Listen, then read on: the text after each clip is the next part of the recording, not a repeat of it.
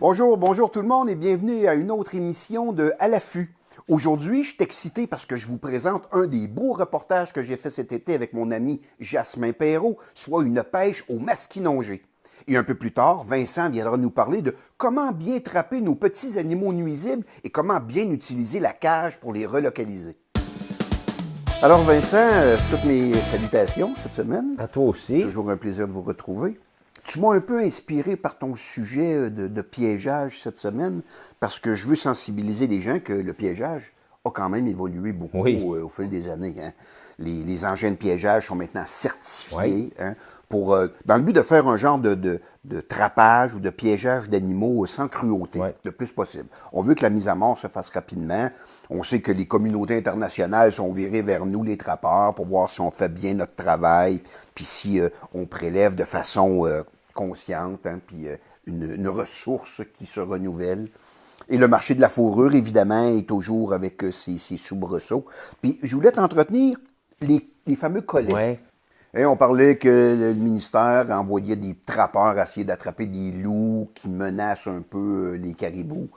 Tu sais, un collet, habituellement, c'est un filin d'acier relativement solide qui est muni d'un système qui coulisse, qui empêche le retour de devenir plus lousse. Donc, il serre toujours dans un sens et finalement, il ne se dessert pas, il bord. Là.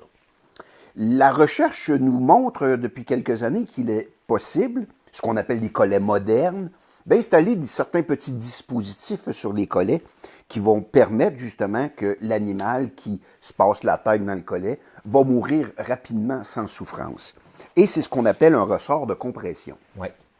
Donc, on vient installer un genre de petit ressort sous tension. Et lorsque l'animal, par exemple, referme le collet autour de son cou et qu'il aurait tendance, par exemple, à arrêter de tirer parce qu'il sent finalement une certaine pression, le ressort ici va venir faire le travail en donnant la petite pression suffisante justement pour le mettre à mort rapidement. Parce qu'ici, il faut comprendre la façon qu'un collet fonctionne. L'animal va se passer la tête dans le collet va se refermer, et là, l'animal ne pourra plus avancer. Instinctivement, que va faire l'animal? L'animal va reculer pour tenter de se ressortir la tête du collet. Et c'est lorsqu'il va tirer pour s'en sortir que c'est à ce moment-là que l'effet du collet se fait sentir en venant comprimer les deux veines qui amènent le sang au cerveau juste à la base de la nuque, donnant finalement une syncope mortelle à l'animal, et ce, en quelques secondes. Ouais. Et ce ressort-là, c'est ici que son importance. Il va faire une pression constante sur ces veines-là, faisant en sorte que l'animal, en un éclair, va perdre conscience et va décéder rapidement. Parce qu'il n'y en a aucun qui agit pareil quand il se fait prendre. Absolument. D'autres vont se débattre, t'arrives là, tous les arbres sont cassés, d'autres qui sont... On dirait qu'il n'y a aucun arbre qui est brisé, qui ne sont même pas débattus. Et à ce moment-là, le collet s'installe avec une broche, avec une certaine procédure. Donc, on s'informe sur le web et vous serez en mesure peut-être de capturer certains canidés qui viennent un peu prédater vos chevreuils. Nous, on s'en va voir tout de suite un beau reportage de pêche au masquinongé que j'ai réalisé avec mon ami Jasmin Perrault.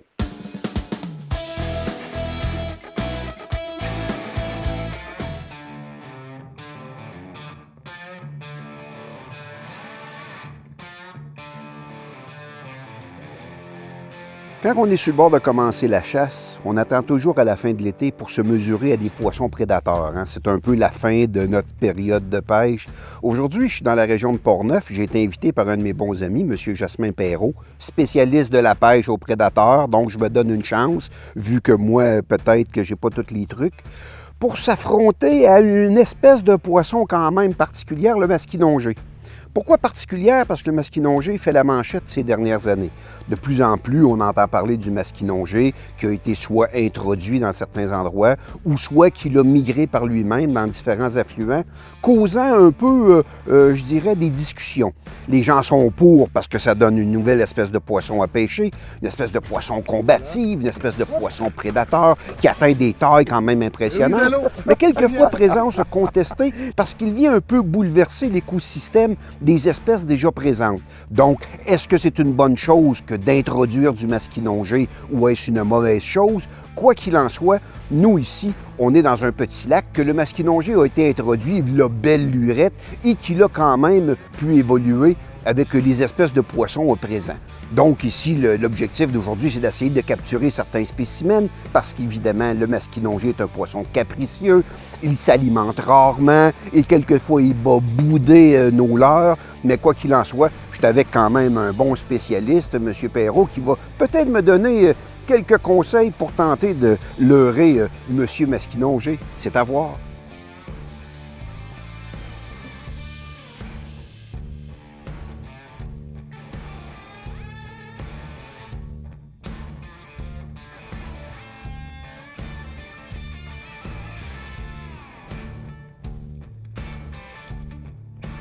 Wouhou!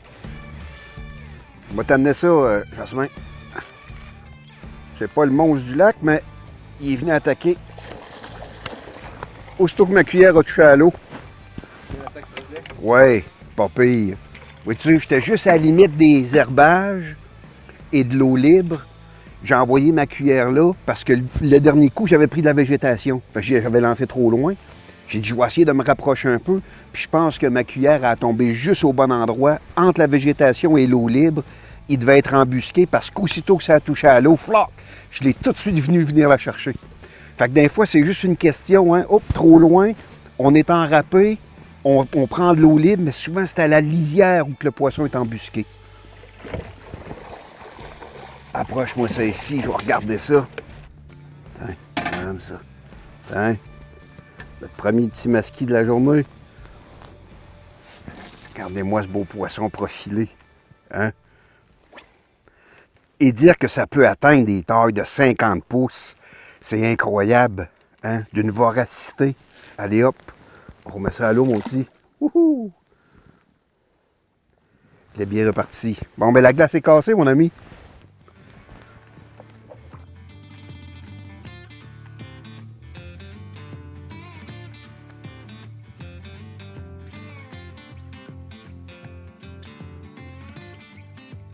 Yes, là je l'ai vu. Un beau dos. On emmène ça ici. Ouais. Oh, le beau masquis. Yes. Hé, hé, hé, hé. Cuillère ondulante. Notre côté métallique, je pense qu'on a compris certaines choses. Yes, ton patron de pêche est excellent, Jasmin. Oh, soda. Regardez-moi le beau masquis. Félicitations, Jasmin. Je suis content. Yeah! Belle couleur verte. Famille des ésocidés.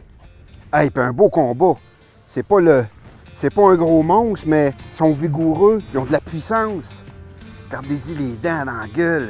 C'est quand même impressionnant. On rappelle que c'est un poisson qui a été introduit dans la région de Port-Neuf il y a plusieurs années pour tenter de combattre les petits poissons fourrage envahissants. Et finalement, ben, une belle population de masquinongés s'est établie. Maintenant qui est au plaisir des pêcheurs, comme nous aujourd'hui. Alors, on met ça à l'eau, tiens. Et voilà. Hey, bravo mon ami. Ouh.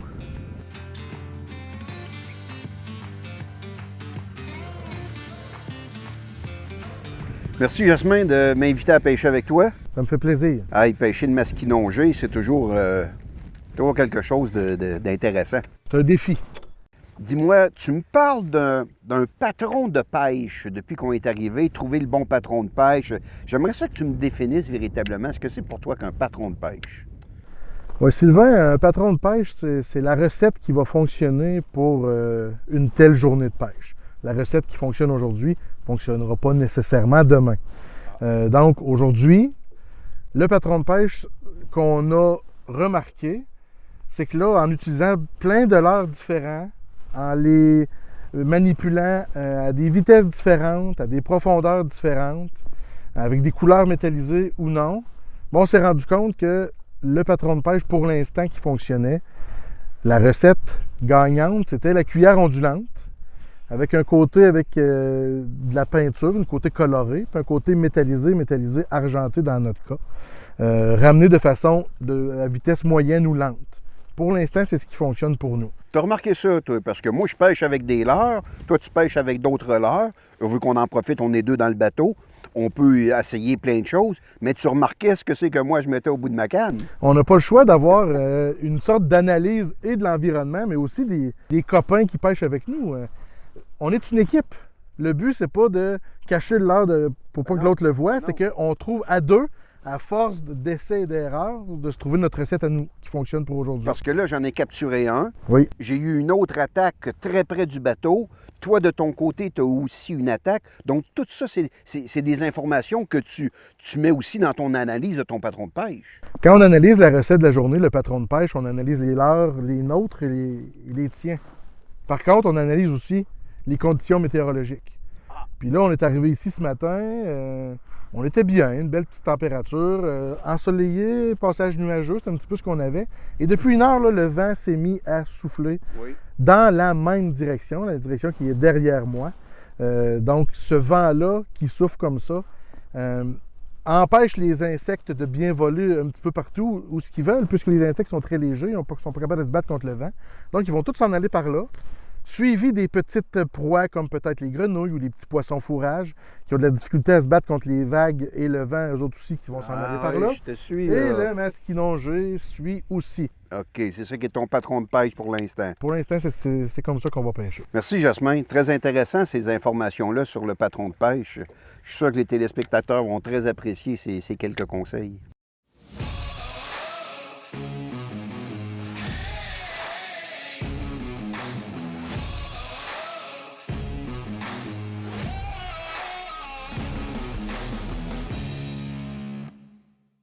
Bon, ben, Jasmin, mi-journée, on est venu se restaurer un peu. On est prêt à rembarquer pour notre deuxième moitié de pêche. Stratégie pour après-midi. Là, on a fait certains secteurs. On a eu des attaques, on a eu des prises.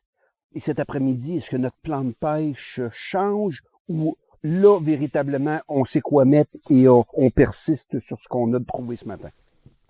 Au niveau des leurres, je dirais qu'on a le bon plan de pêche, on a le bon patron de pêche, on a la bonne recette, on devrait garder les cuillères ondulantes. OK.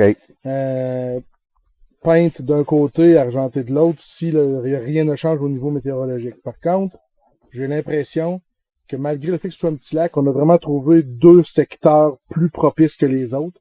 Fait qu'on va arrêter de se promener un peu partout, on va vraiment cibler les secteurs plus propices. Donc, trouver le patron de pêche, c'est oui, y aller avec les leurres, mais aussi y aller comme un entonnoir jusqu'à temps qu'on arrive à leurre et endroit, profondeur, vitesse, quand on est tous ensemble. On a des poissons, absolument. Est-ce que tu préconises qu'on s'ancre et qu'on fasse du quadrillage au lancer ou on passe à la traîne régulièrement? Étant donné que ce sont deux petits endroits en superficie, on est mis de quadriller au lancer parce qu'à la traîne, on va faire le tour vite, là, puis on va dépenser aussi de l'énergie de la batterie pour rien. Fait que, on va faire de la traîne entre les deux endroits intéressants, mais rendu à un endroit intéressant, on s'ancre et on quadrille. Ben, c'est un plan de pêche qui me plaît, ça, Jasmin. Génial. Je suis motivé et fébrile à retirer ma ligne dans ce lac poissonneux.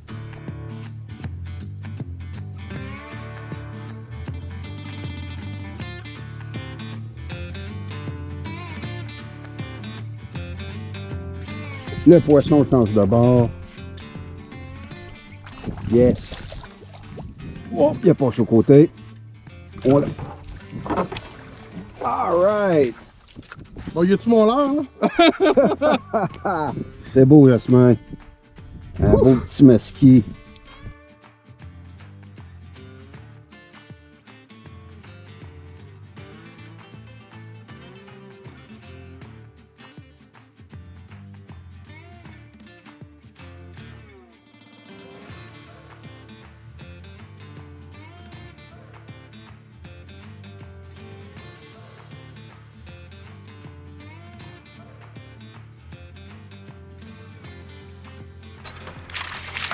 Oh!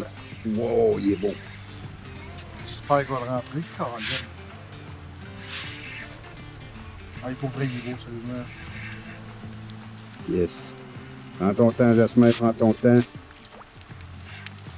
Et calique. On le voit pas encore. Il est là. Yes.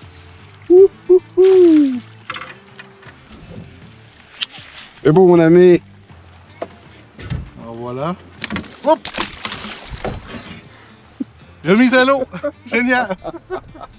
C'est glissé un poisson. Oui. Alright. Ah, fin!